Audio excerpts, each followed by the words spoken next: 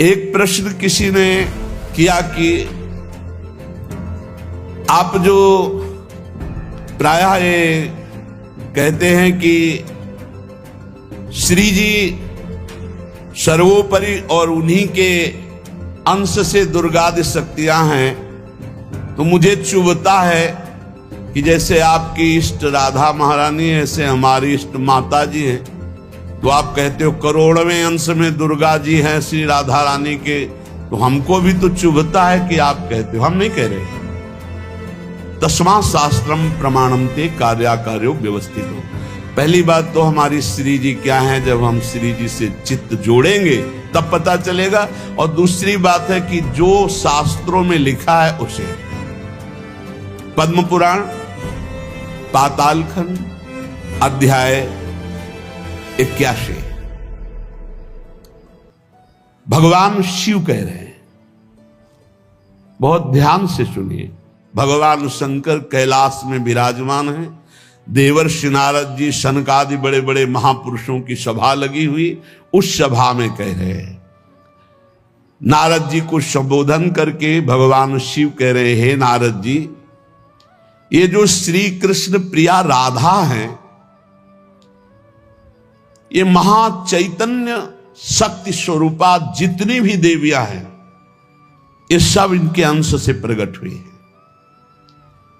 ये अंतरंग विभूति हैं, इसीलिए इनको कोई जानता नहीं। अत्यंत गोपन तत्व है, इसीलिए इनका एक नाम गोपी है।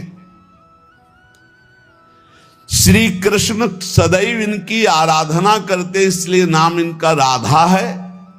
और ये सदैव श्री कृष्ण की आराधना में रहती, इसलिए इनका एक नाम राधिका है। ये और श्री कृष्ण दो नहीं है, श्री कृष्ण में राधा है, राधा में श्री कृष्ण है। ये राधा परा देवता है। जितनी भी लक्ष्मी आदि शक्तियां सब इन्हीं के अंश से हैं। आपको भगवान का आह्लाद कहा गया है, आह्लाद। और जब मूर्तिमान ये हुई तो राधा कह गई, किशोरी जी कह गई। और तत्कला कोटि कोट्यंसा, भगवान शिव बोल रहे हैं, तत्कला कोटि कोट्यंसा दुर्गाद्यस त्रिगुणात्मिका। दुर्गा आदि जितनी त्रिगुणात्मिका दैवी शक्तियां हैं, ये इनके कला से करोड़वें अंश में प्रकट है। ये ही प्रकट है, पर करोड़वें अंश में प्रकट है। हम नहीं कह रहे, ये भगवान शिव कह रहे हैं। जो राधा कृपा कटाक्ष पढ़ते हैं, वो पढ़ के देखे, आखिरी में भगवान शिव कह रहे हैं, क्रियेश्वरी मखेश्वरी स्वधेश्वरी त्रिवेद भारतीश्वरी प्रमाण शासनेश्वरी। हमारे यहां सुधा निधि में महाप्रभु हरिवंश चंद्र जी कह रहे हैं, प्रेमणा सन्मधुरोज्वल हृदय संगार लीला कला वैचित्री परमावधिर भगवता पूज्य विकापी शता ईशानी च सची महासुख तनु शक्ति स्वतंत्रा परा श्री वृंदावन नाथ पट्ट महिषी राधयु सेव्यामम। बोले तत्कला कोटि कोट्यंसा, कला उन्हीं की कला, राधा की ही कला, श्री किशोरी जी के ही अंश से करोड़ों अंश में सब शक्तियों का प्रादुर्भाव हुआ। श्री राधा अपने अंश से महालक्ष्मी रूप धारण करती हैं, तो भगवान श्री कृष्ण नारायण रूप धारण करते हैं। मुनिश्रेष्ठ थोड़ा भी भेद नहीं है। ये श्री राधा दुर्गा रूप धारण करती है, तो श्री कृष्ण शिव रूप धारण करते हैं, रुद्र। जब श्री कृष्ण के अंश से इंद्र, तो श्री राधा किशोरी के अंश से सची इंद्राणी। जब श्री कृष्ण के अंश से ब्रह्मा, तो राधा किशोरी के अंश से सावित्री देवी। जब श्री कृष्ण के अंश से यमराज, तो उनकी पत्नी धूमोरणा के रूप में श्री राधा किशोरी। अधिक क्या कहूं, इन दोनों के सिवा किसी की सत्ता ही नहीं।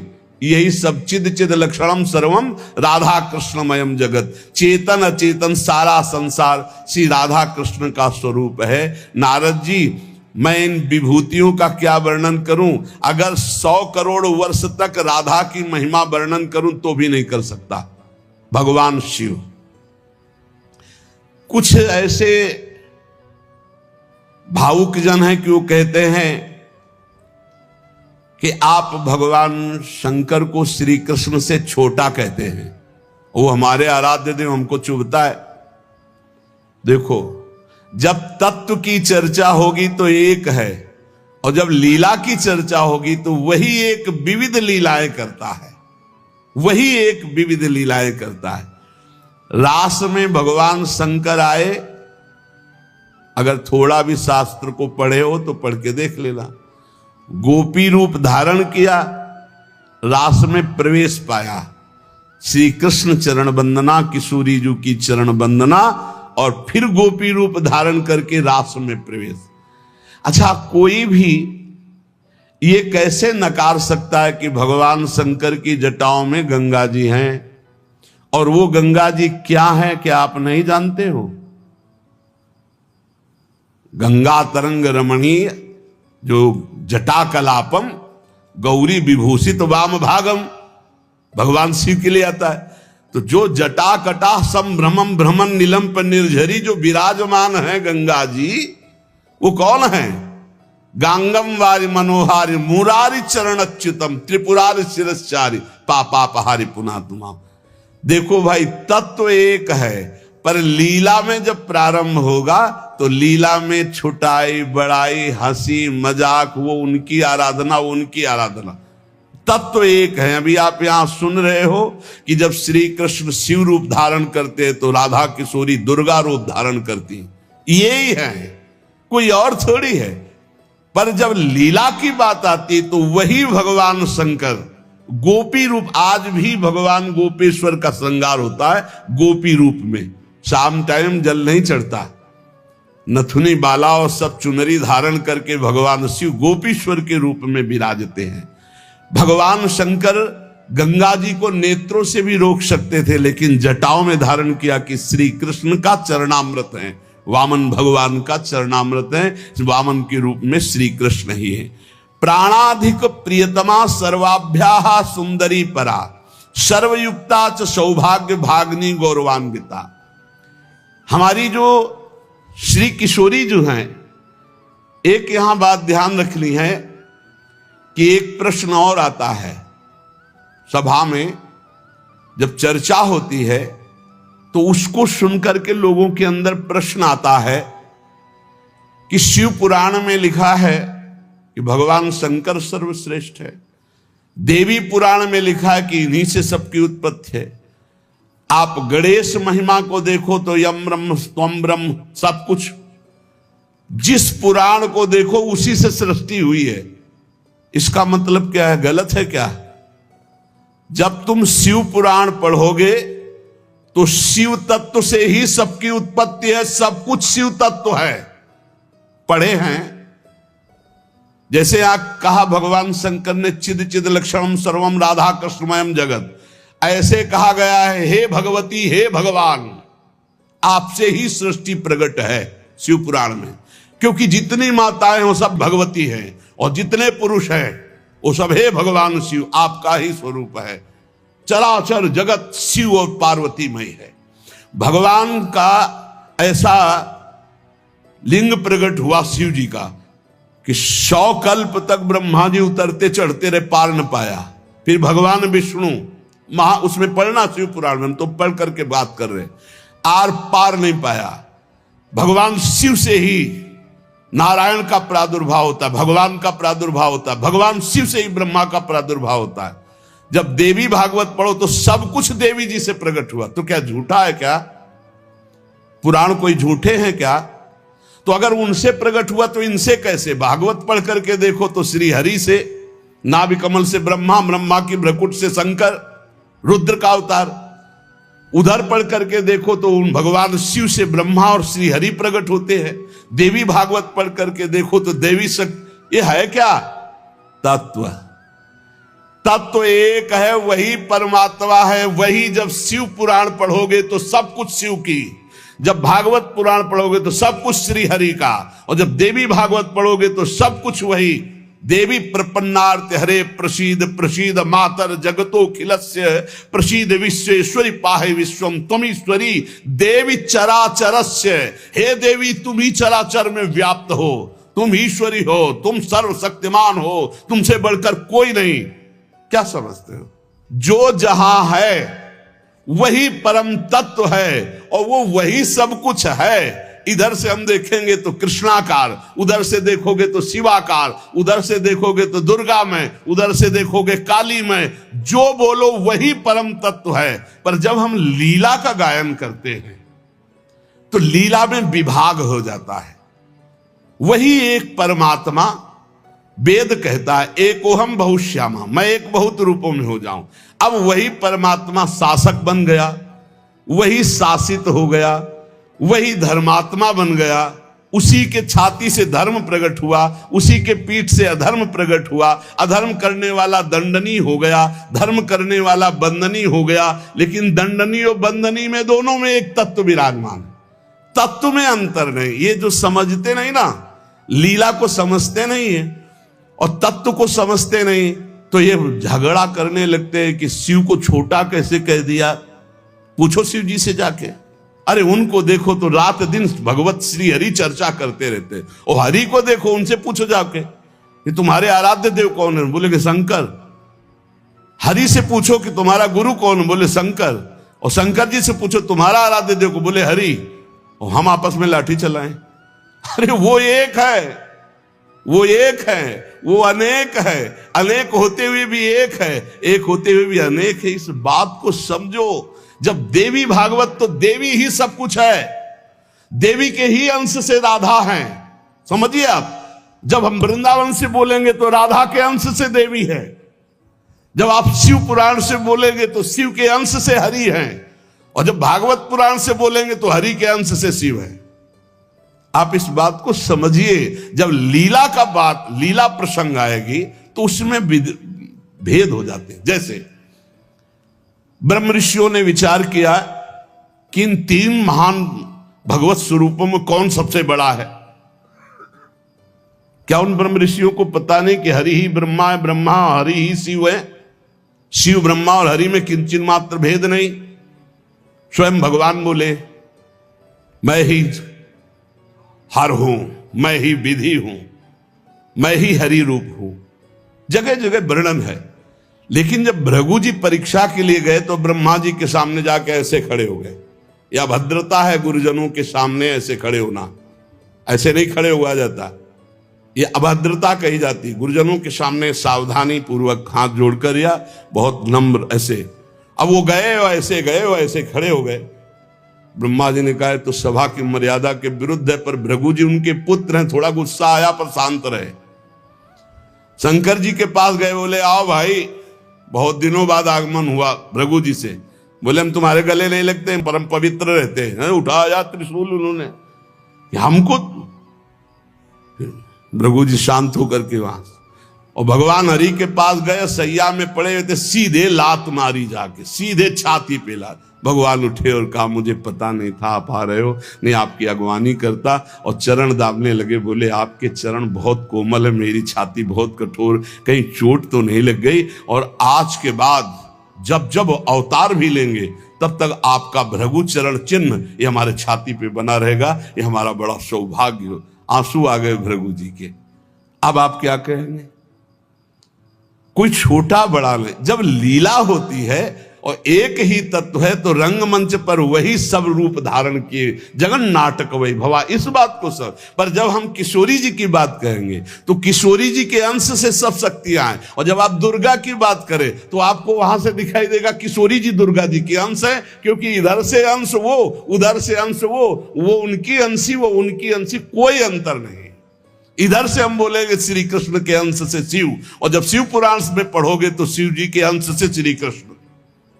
अब इसमें संशय थोड़ी, क्योंकि वही एक तत्व है, विविध प्रकार से लीला कर रहा है। इसलिए भ्रम का तो ध्यान छोड़ दो, भ्रम छोड़ दो। जब जब जैसा अवसर आया वही रूप धारण किए तत्व विराज। पर जब लीला की चर्चा होगी तो माधुर्य रस में ऐश्वर्य का प्रवेश नहीं। भगवान के ऐश्वर्य का प्रवेश नहीं तो और ऐश्वर्य शक्तियों की तो बात जाने दो। कभी आपको कोई भी शास्त्र मिला हो कि ब्रज में सुदर्शन चक्र का प्रयोग भगवान ने किया या प्रवेश हुआ, तो हमें बताना। कभी दिव्य वैभव का प्रयोग, क्योंकि ये माधुर्य का क्षेत्र है, ये जो ब्रज है ये वात्सल्य माधुर्य। कभी सुदर्शन चक्र से ब्रज में किसी को मारा हो, मुझे तो याद नहीं है। आप लोगों को कोई याद आवे तो हमको भी बता देना, क्योंकि अभी तक तो नहीं पढ़ा है हम। आगे अगर किसी को लगे, दूध पीते हुए पूतना को मारा, प्रवेश करके अघासुर को मारा, फाड़ के बकासुर को फेंक दिया, और उसका पैर पकड़ के धेनुकासुर को मारा।